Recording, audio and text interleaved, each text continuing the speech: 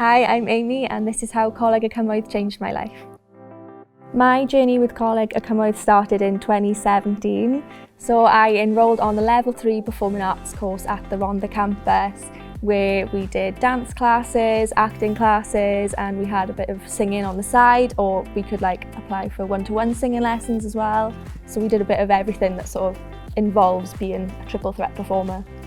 So I recently graduated from Italia Conti, which is a drama school in London. So I've been studying there for 3 years to try and get my BA Honours degree, and I've just graduated with a first.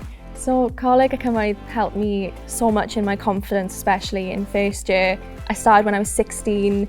I had just come from school. I was really shy and really unconfident. I sort of didn't really know who I was or who I was going to be. I didn't know what I wanted out of life. The tutors gave me so many opportunities to be able to build my confidence up. I sort of came out of my shell a lot more and I pushed myself to do things that maybe I wouldn't have done before, and sort of opportunities then came from that.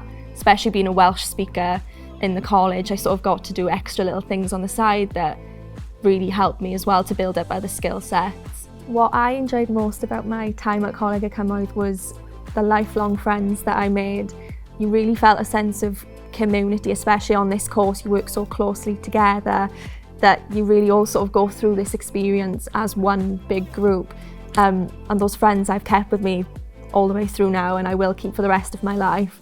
I got to go to this school in London where, it was international. We had students from all across the world and I got to meet all kinds of different people. So it was a completely different experience, but because I came here, I was able to go there to this renowned conservatoire. So from a young girl in the Rhondda who sort of dreamed of being a performer, singing, now I've just graduated from drama school, and I don't think I could ever believe that this would happen to me, and I'm finally sort of on the path to achieving all of my dreams.